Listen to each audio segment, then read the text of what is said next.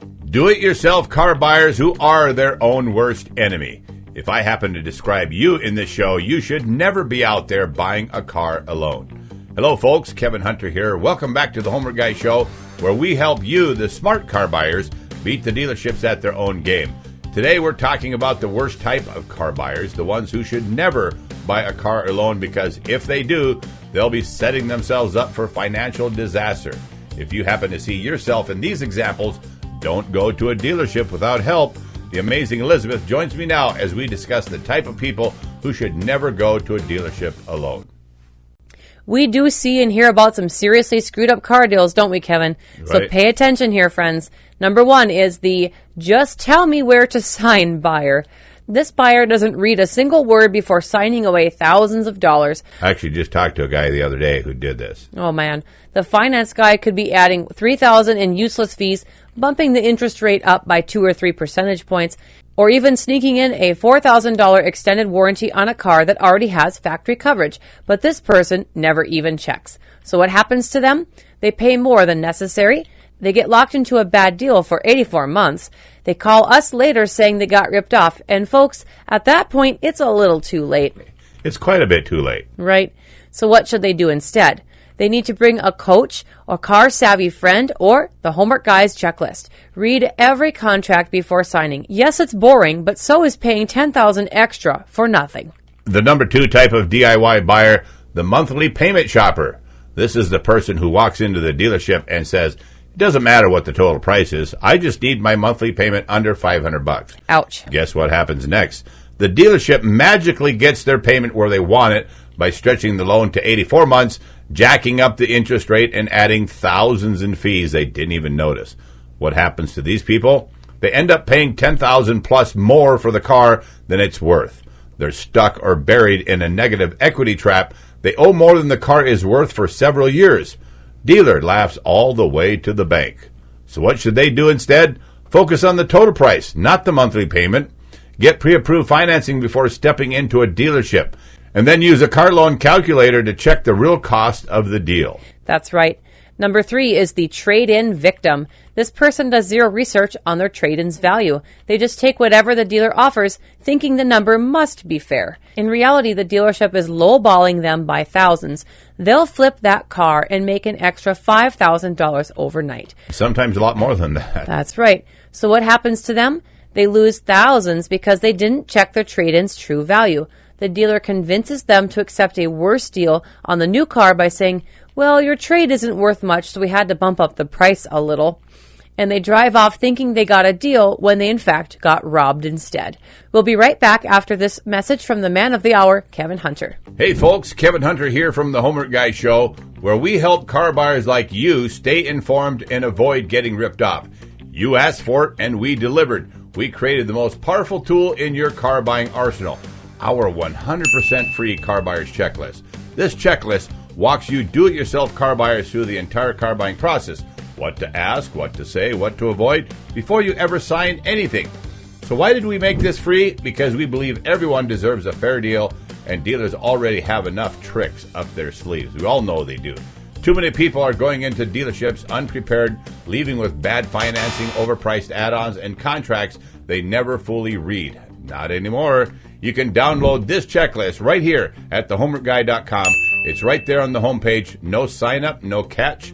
Just print it out or pull it up on your phone before you head to the dealer lot. Whatever you do, never go to a car dealership without this printout in your hand. If you do, you'll be sorry. Dealerships count on you not asking the right questions. But with this checklist in hand, you have the confidence to push back, slow down, and take control of your deal.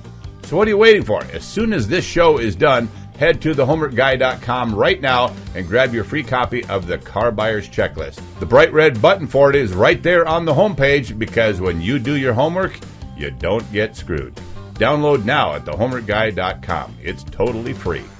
So what should the trade-in victim do instead? They should check trade-in values first. You can check KBB, Edmunds, or try some local market research, or you can buy our $69 text consulting package from our website with me, and you get black book values on any used car or trade-in that you wish. You can sell the car private party as well. You'll always get more money that way. And never mix the trade-in negotiation with the new car deal. The number 4 DIY buyer who should never be at a dealership. The buyer who is the dealer's best friend. We've seen people like this. This buyer believes everything the salesperson says. This car is selling fast. Okay, I better buy it quick. This is the best we can do. Well, doggone it, I better sign. You need this extended warranty. Yeah, I think I do. The dealer knows exactly what to say to squeeze every last penny from these people. And number 5, I want to see what I can get approved for buyers. This person has no clue whatsoever. They just take whatever financing the dealer offers, thinking the term or rate they're given is fair. In reality, the dealership is absolutely ripping them off by thousands. They could actually make an extra $4,000 off of them very easy. So what happens to them? They lose thousands because they didn't check with their own bank or credit union first. The dealer convinces them to accept a far worse deal on the new car by saying, "This is the best offer we can come up with through our banker." And they end up feeling lucky, as if a miracle happened, but actually you got robbed instead. So what should they do instead? Always check in with your own bank or credit union first. We say that all the time. Never walk into a dealership and throw yourself down at their feet begging for mercy. Right. If you don't have enough cash, always be working with your own finance rates and terms. That's right. And the number 6 DIY buyer, the test drive I'm buying today buyer. This person walks into the dealership just to look around and test drive a few options, but the moment they sit in the driver's seat, they're emotionally attached. And then the salesman invites them inside the dealer to look at the numbers, and they do. And they do. The salesperson smells this and ramps up the sales pressure immediately. Before the buyer knows it, they're in the finance office signing papers for a car they weren't even planning on buying today. What happens to them? Well, you guessed it. They overpay because they're buying based on feelings and not facts. They also don't shop around or compare deals because they fell in love with the first car they drove. This person also gets upsold on warranties, gap insurance, and all the expensive bells and whistles. And so what should they do instead? You should treat test drives like window shopping and not commitments. Take notes, leave, and compare. Never buy a car on the spot. Use the test drive to gather your information and not to commit emotionally. The number 7 DIY buyer that shouldn't be at a dealership on their own. The sticker price is the final price, rookie. This buyer sees the sticker price and assumes, well, that must be what it costs. Wrong. That's the starting price, the dealer's dream price. They don't negotiate, don't ask questions, and never say the magic words. What's your best OTD out-the-door price? What happens to them? Well, they pay full MSRP or even a lot more with hidden dealer fees, fake add-ons, and markups. They think negotiating is rude or unnecessary until they compare what someone else paid for the same car. And they're like, oh, crap. What should they do instead? Always negotiate. Always ask for the total out-the-door price, not just what's on the window. Shop at multiple dealerships, pit offers against each other, and do all of this from the comfort of home. Then check online listings, incentives, and invoice pricing and know what you're talking about. Friends, you should know that we can save you the hassle of doing business with bad dealers. Read up on our hassle-free car buying service on our website, thehomeworkguy.com, in the menu options. Remember to also join us on Facebook, too. Kevin stops in there almost on a daily basis to interact with our viewers. The Homework Guy team is always here to represent you, the car buyer. Thanks for watching, and we'll see you in our next video. By the way, I've said a few times that our car buying service isn't for everyone. Let me explain that. We need you to have your vehicle selection narrowed down enough.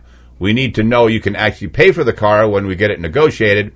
And we need to know that you like your vehicle enough that when we find it, you can pull the trigger and get the deal done. Finally, I wanted to say to all of our subscribers out there, you aren't just our fans. We consider you to be our friends. We appreciate you, and you guys rock. God bless you all. I'm Kevin Hunter, the Homework Guy, signing off on behalf of Alex Stevens, our auto expert, the amazing Elizabeth, our negotiation genius, and the entire hassle-free Homework Guy team.